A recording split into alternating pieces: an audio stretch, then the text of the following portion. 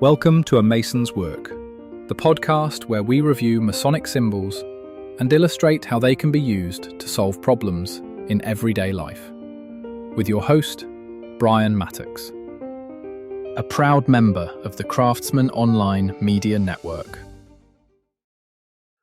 One of the coolest things about Freemasonry and how it works is the implied ability or understanding that you have to role play, to take on a role in the craft, and in that process, answer questions as if you're sitting in that chair or sitting in that role.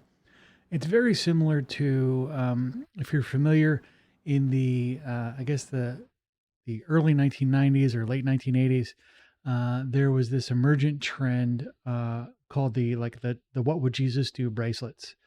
And the implication there of these little bracelets, these friendship bracelets, was that when confronted with a difficulty or a challenge, you would ask a question: what would Jesus do? Which is kind of like an implied role play. If I were Jesus, how would I behave in this situation? The same thing's true in Freemasonry. We can take on these individual roles and ask questions. What would the junior deacon do? What would the worshipful master do? What would the treasurer do? What would the secretary do? And in the context of this role play, you get a different insight on how to solve problems and how to approach your given situation. In this week's episodes, we're going to talk about the Worshipful Master, which is largely probably the strongest and most important function that you will ever, or role play you'll ever take on as an individual. The Worshipful Master in a traditional setting or in a regular lodge is the executive function of that lodge. It is that person is deciding all of the things. Now, all your secretaries listening right now are probably going, yeah, tell me all about it, because the secretaries end up doing a lot of work on behalf of the Worshipful Master, and sometimes without actually informing the Worshipful Master. But the digression aside, the implication here is that the Worshipful Master is literally the buck stops here kind of person in the lodge, that there is nothing that is outside of their purview, and so long as they're complying with Masonic law, whatever that might be, in your jurisdiction, their authority is absolute. When we approach this conversation as a mental role you can take on in your own life, you have a lot of options at your disposal. And I say options because it may not seem that way, and we'll get into that in just a second. As a Worshipful Master, sitting in that function, that executive function for yourself, one of the things that you will come to grips with fairly quickly is that you do not know necessarily what it is you're doing. Not all of us are born understanding that executive function, what we're trying to do, what our purpose in life is, or any of those kinds of things. It's implied that you know, but when you get the job of Worshipful Master, and if you get promoted into the East, you may not know what the lodge needs until you get there.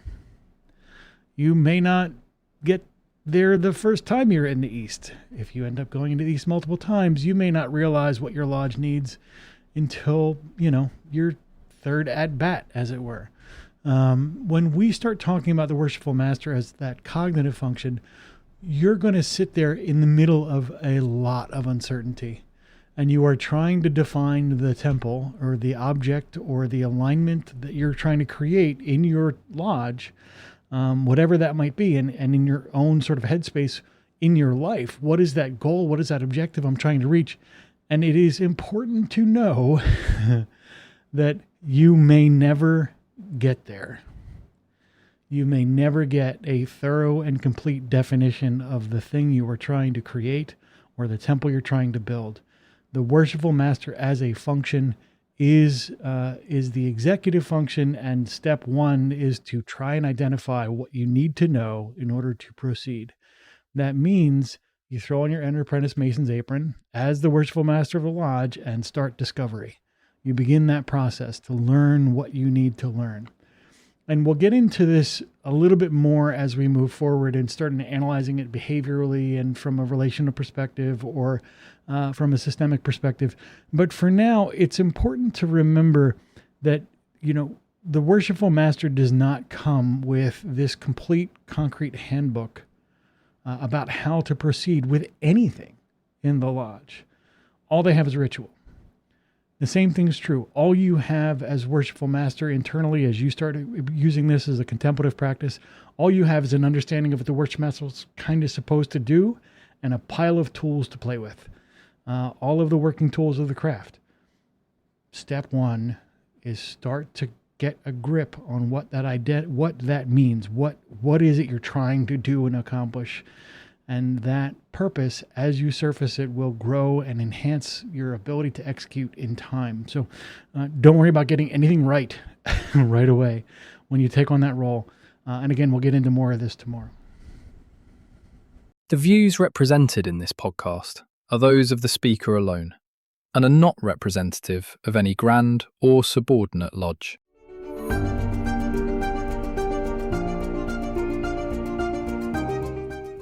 Hi, Brian here.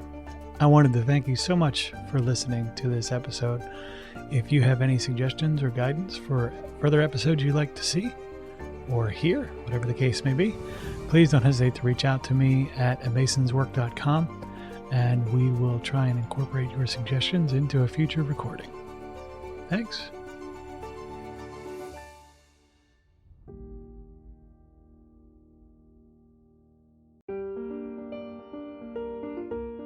Freemasonry teaches us that the true work is within, a lifelong journey of reflection, discipline, and discovery.